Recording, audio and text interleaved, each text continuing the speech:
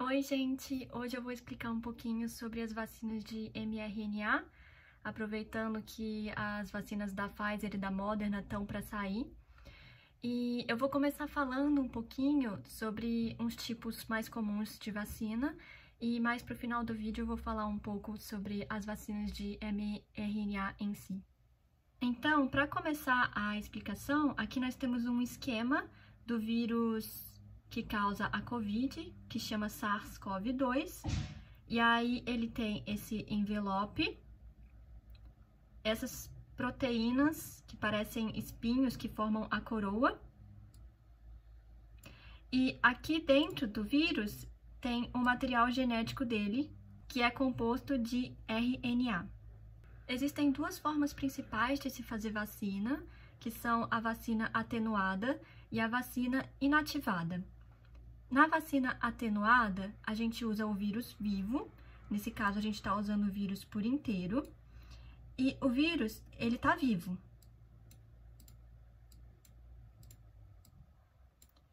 E o vírus, ele tem uma capacidade de infectar a pessoa e de causar a doença, e eu representei essa capacidade de infectar com uma espada. Nas vacinas do tipo atenuada, a gente vai enfraquecer o vírus ou vai tirar a capacidade dele de atacar. Então, é como se a gente tirasse a espada dele. Ele tá vivo ali, mas ele não consegue atacar aquela pessoa e fazer com que ela desenvolva, com que ela manifeste a doença. As vacinas do tipo atenuada, por conterem vírus vivo, elas são contraindicadas para alguns tipos de pessoas, como, por exemplo, pessoas que estão imunocomprimidas, como, por exemplo, pessoas que têm doença de Crohn, porque existe a possibilidade do vírus conseguir atacar de novo, ele conseguir de volta essa capacidade de infectar e de desenvolver a doença naquela pessoa. Outra forma de se fazer uma vacina atenuada é, em vez de pegar o vírus por inteiro, vivo, a gente pega pedaços dele, e aí a gente faz a vacina com esses pedaços. Então, no caso do coronavírus, uma coisa que a gente pode pegar são essas proteínas que estão na superfície e usar elas para fazer a vacina.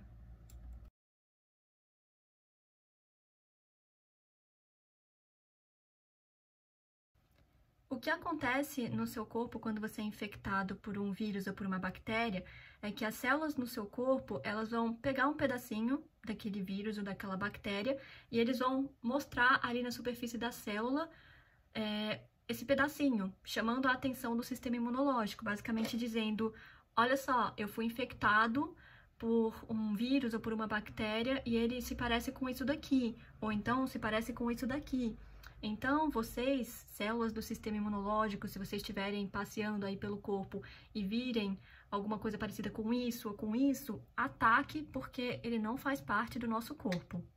E é isso que acontece no caso da vacina do coronavírus, é uma possibilidade. A gente pega aquelas proteínas que estão na superfície que formam a coroa do coronavírus, o sistema imunológico ele vai perceber aqueles espinhos, aquelas proteínas que ficam na superfície.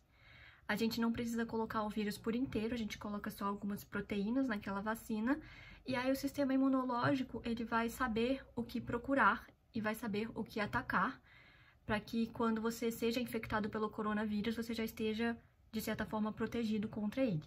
Em regra geral, quanto mais parecido com o vírus ou com a bactéria que causa aquela doença for a nossa vacina, mais eficaz vai ser essa vacina. Melhor vai ser a resposta imunológica de cada pessoa àquela vacina.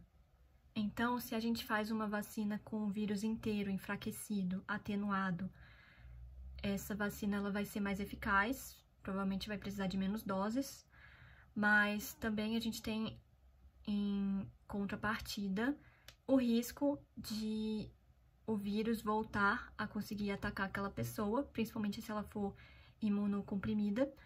E então a gente tem essas vacinas que têm contraindicação para alguns grupos de pessoas, porque ela pode voltar a atacar e pode, na verdade, causar a doença em alguns grupos de pacientes, se a gente usar o vírus por inteiro.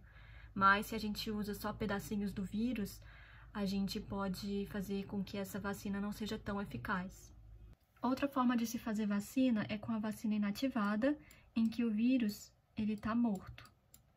Então, ele ainda tem a capacidade de infectar uma pessoa, só que ele está morto, então ele não vai infectar ela. O problema das vacinas inativadas é que a resposta imunológica ela é um pouco pior. Então, geralmente elas precisam de mais de uma dose. Então, se um país compra 60 milhões de doses da vacina do coronavírus, mas ela é feita com a vacina inativada, a gente vai conseguir, na verdade, proteger 30 milhões de pessoas. Porque se a gente tem 60 milhões de doses de vacinas, mas cada pessoa precisa de 2 doses, então a gente só vai conseguir proteger metade disso, então 30 milhões de pessoas.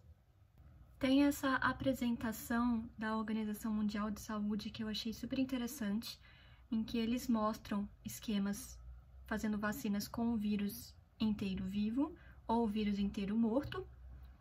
E aqui as vacinas baseadas em proteína ou baseadas em pedacinhos do vírus.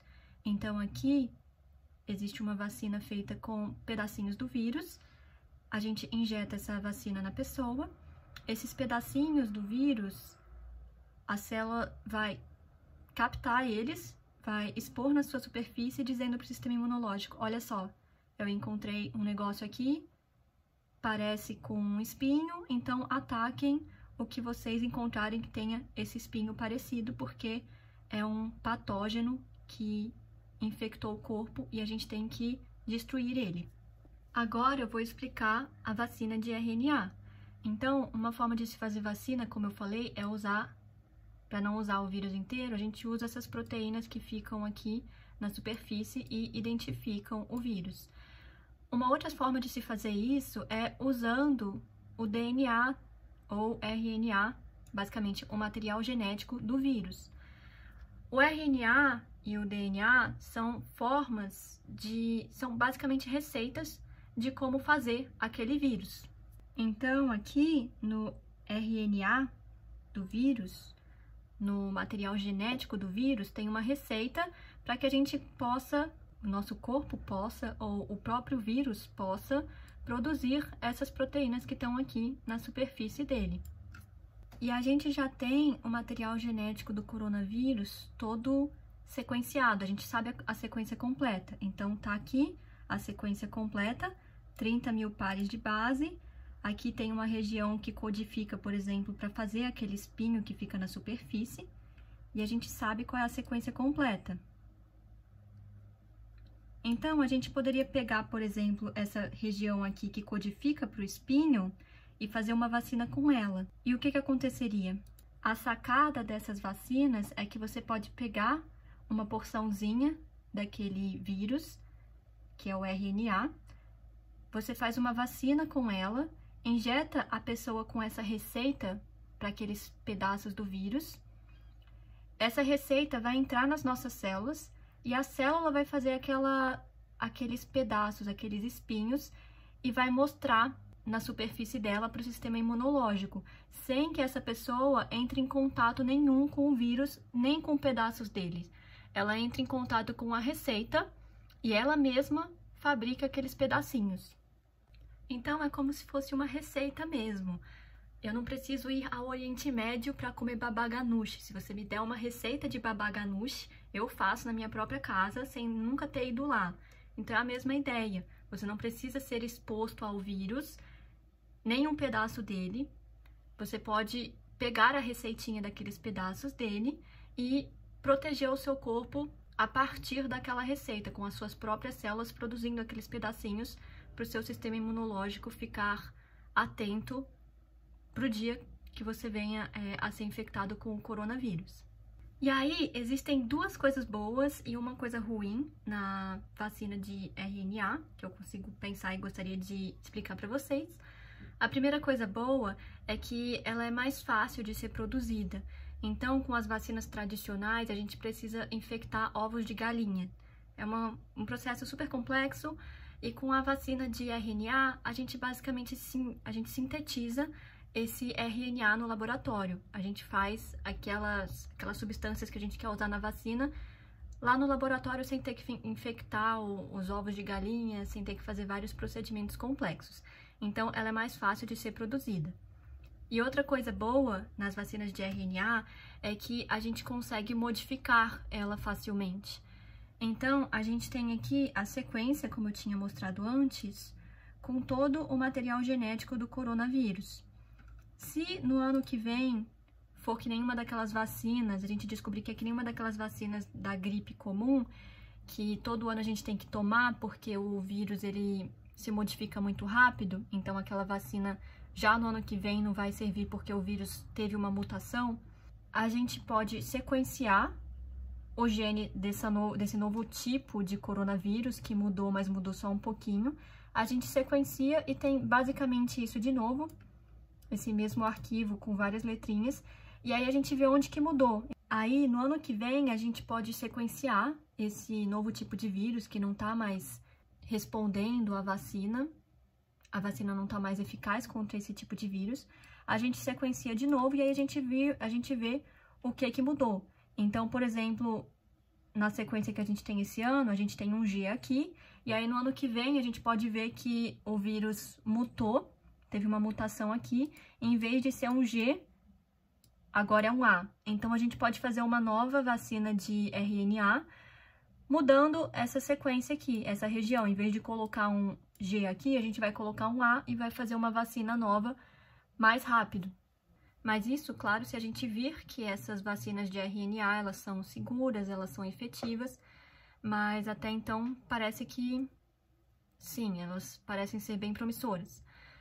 E uma coisa ruim para falar dessas vacinas é porque o RNA é uma substância, é uma molécula muito instável. Então, eu já trabalhei com RNA, é muito chato, porque você tem sempre que purificar tudo, a água tem que ser a mais pura possível, e o RNA é uma coisa assim muito instável, então se você olha feio para ele já degrada, o corpo degrada, antes que você consiga ter a resposta imunológica, o corpo já está o tempo inteiro querendo degradar aquele negócio que entrou no seu corpo.